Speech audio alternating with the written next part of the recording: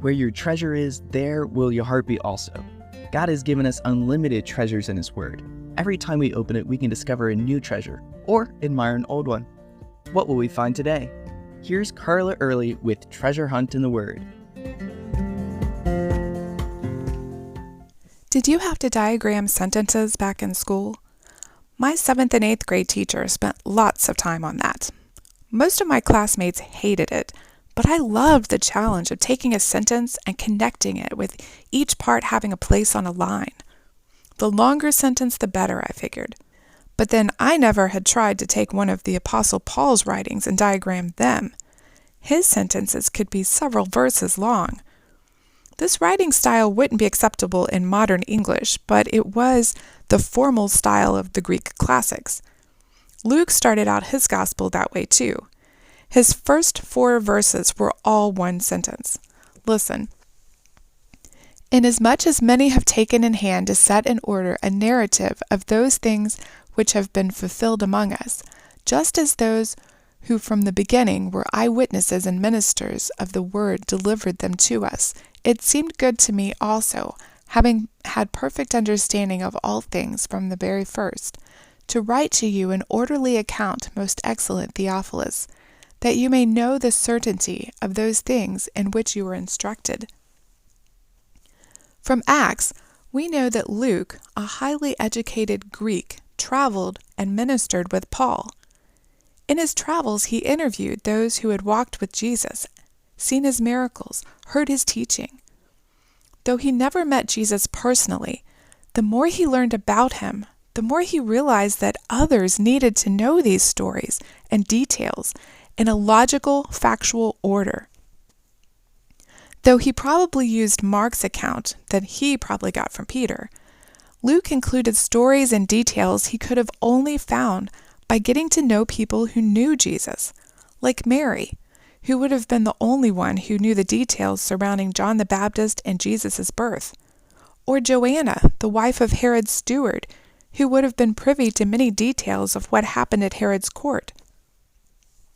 He may have taken the time to gather these accounts while Paul was imprisoned in Caesarea for 2 years. He wrote this gospel and the book of Acts specifically to Theophilus, whose name means lover of God. But as it turned out, Luke's account was for the whole world, for generations to come. The more Luke learned about Jesus, the more he wanted to share. That would be how it is for us too. The more we learn about God and His plan in the Bible, the more we should desire to share it with others. That's how this podcast got started 4.5 years ago, from the overflow of what God taught me. I'd been writing what I'd learned in my journals for decades, but no one's going to read those. And what the Lord teaches me, though it's sometimes very personal, is not just for me. Others need to learn it too. From what I've learned during this podcast, after I write an episode, got my thoughts together and recorded it, that's when the Lord gives me specific opportunities to use what I've learned, either to apply to my own life or share it with someone else who needed to hear it, or something like that. You can do it too. For example, say one morning during your quiet time, you read Psalm 5:11. But let all those rejoice who put their trust in you. Let them ever shout for joy because you defend them.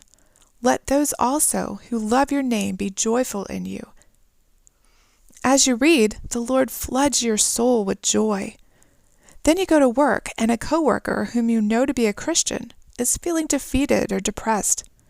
That's a great time to share that verse with her. A good way to be available to these opportunities is to pray after your quiet time. Lord, how can I use this today? Who can I encourage? Please show me. Then look for ways to share, even if it's writing a letter to someone like Luke did. You can contact us at treasurehuntintheword@gmail.com. We'd love to hear the treasures God has given you through His Word. You can listen to other episodes on our website, which you can find in the description below.